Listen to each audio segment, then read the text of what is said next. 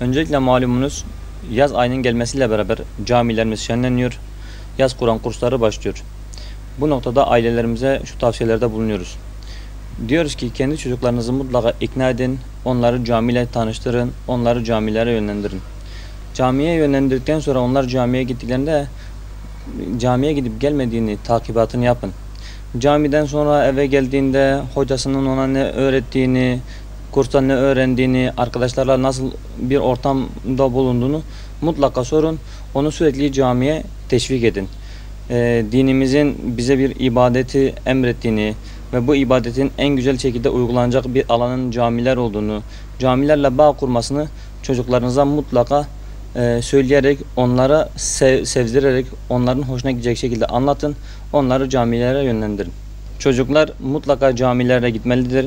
Giderken yanlarında elif bağlarını, Kur'an-ı Kerimlerini kendileriyle götürmeli. Bunu unutmamalı ve sürekli götürmeyi alışkanlık haline getirmelidir. Aynı zamanda her kurumun bir disiplini olduğu gibi çocuklar da camilere giriş saatlerine dikkat edip saatinde gitmeli. Bulunmuş olduğu ortama uygun şekilde davranarak gürültüsüz, patırsız bir şekilde en güzel bir şekilde istifade edebilmelidir. Bu kursların çocuklar üzerinde çok fazla etkileri, olumlu manada etkileri var. En başta çocuklar bu tür ortamlara gelerek sosyalleşmeyi öğrenecek, kaynaşmayı öğrenecek, arkadaşlık duygusunun pekiştiğini görecek ve bunu yaşayarak öğrenecek. Bir diğeri çocuklar daha küçük yaştan itibaren manevi bir atmosfere, manevi bir iklime girdiklerinden dolayı inşallah ilerleyen yaşlarında o almış oldukları manevi iklim sonucu hayatlarına güzel bir şekilde yön verebilecekler. Rabbini tanıyan, güzel ahlaklı bir nesil oluşturabileceklerdir.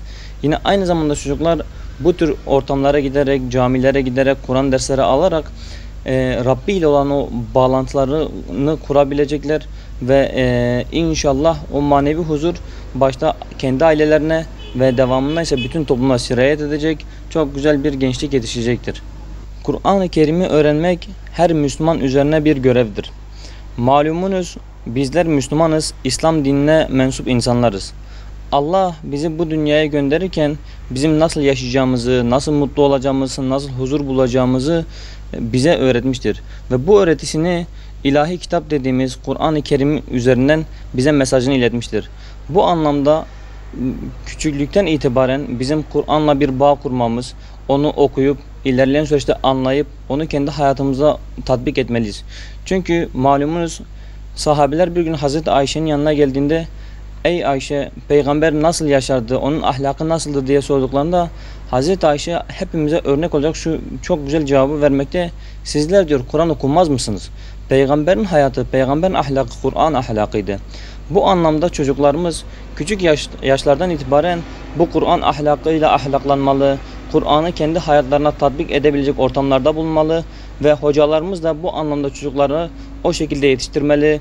Bu kitabın sadece okumak için gönderilmediğini, bu kitabın sadece okuyup ezberleyip ama manasını anlamadan yaşanılacak bir kitap olmadığını dile getirmeli. Bunu kendi hayatlarına tatbik edilecek, kendi hayatlarına yön verilecek çok ilahi metinlerin bulunmuş olduğu bir kitap olarak dillendirmeli ve çocuklarımızı o yönde yetiştirmeli. Çocuklarımızın bundan en güzel bir şekilde istifade etmesini sağlamalıdırlar.